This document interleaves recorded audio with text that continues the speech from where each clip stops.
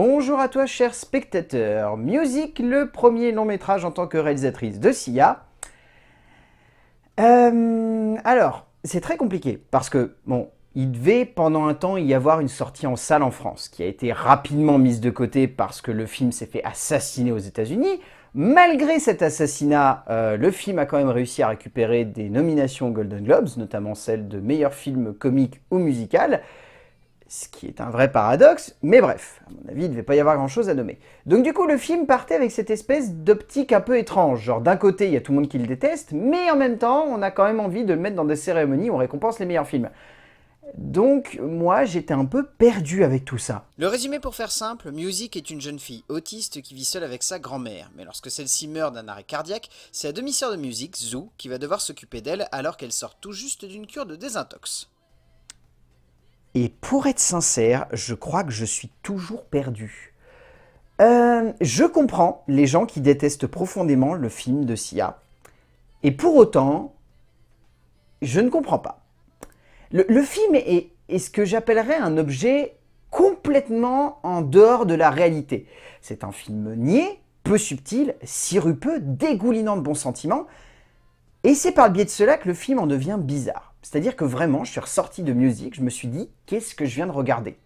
Est-ce que c'est un film qui se veut être sur une étrange planète où c'est le monde des bisounours et où les problèmes de société ne font absolument pas partie finalement de la fatalité de notre époque?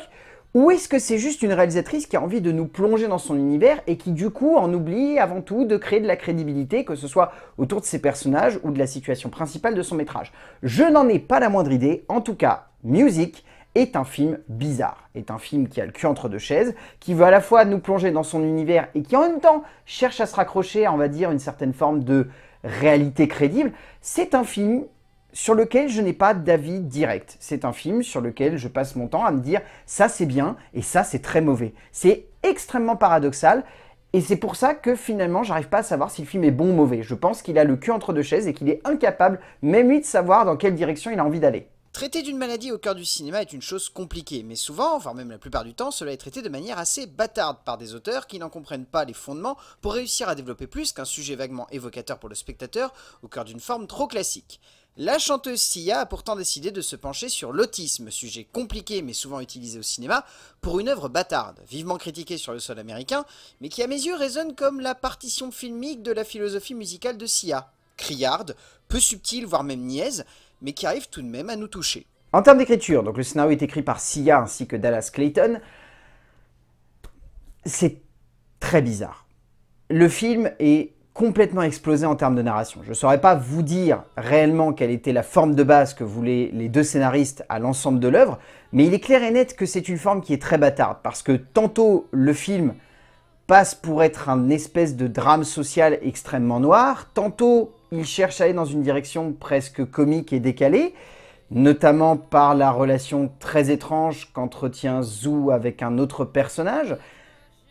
Et en même temps, au milieu de tout ça, il y a des énormes clips qui n'ont pas vraiment de sens par rapport à ce qui se passe à l'écran. Et ça, on en parlera plus dans la mise en scène, mais pour moi, c'est très problématique parce que, en termes d'immersion de spectateurs, les comédies musicales sont déjà quelque chose de très compliqué parce que c'est très difficile de rendre crédibles des personnages qui, au milieu d'une situation dans laquelle ils devraient parler, se mettent à chanter. Alors, comment on fait lorsque dans un film où l'écriture est quand même assez noire, nous parle d'une fille qui est sortie d'une cure de désintox, qui est quand même encore alcoolique et qui essaye de se le cacher, d'une jeune fille autiste qui n'arrive pas clairement à comprendre que c'est sa demi-sœur qui s'occupe d'elle et qui n'arrive pas à cerner ça, d'un jeune homme qui à côté a le sida et semble vouloir absolument voir la vie sous le meilleur des jours malgré la fatalité du sort qui l'attend.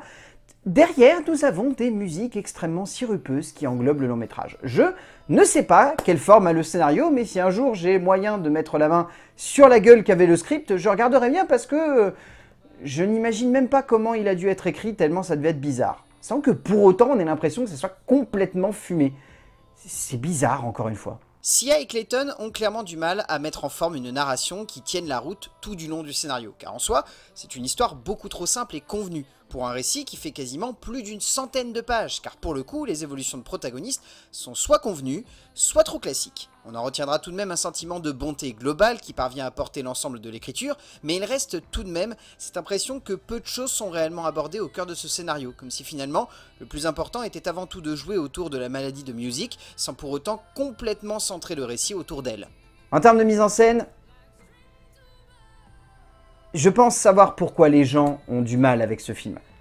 Parce que par instant, mine de rien, avec tous ces clips musicaux, on peut avoir l'impression que Sia s'est servi d'un budget hollywoodien pour financer son nouvel album.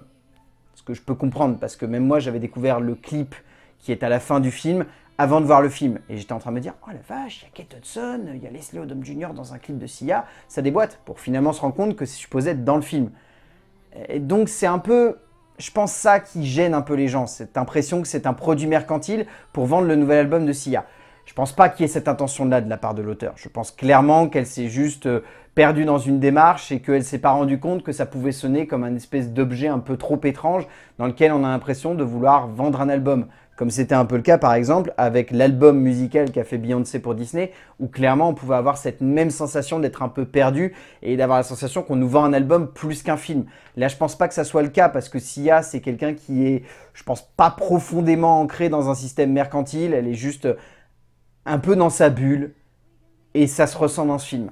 C'est une bulle. C'est une bulle cinématographique, c'est une bulle créative dans laquelle elle a voulu se complaire, dans laquelle elle se foire, et par moments elle arrive à amener des choses intéressantes. Il y a un vrai sens du rythme, mais en même temps il y a de vraies maladresses dramatiques qui sont amenées à l'écran. Il y a en même temps une envie de nous accrocher au personnage, et à côté on sent qu'en termes de rythmique, notamment dans l'enchaînement des scènes, Sia s'en sort pas. C'est un film qui est vraiment très paradoxal en termes de composition. C'est un film qui est pétri de bonnes intentions, mais les met en scène de manière tellement bâtarde qu'on ne peut pas complètement accrocher au délire.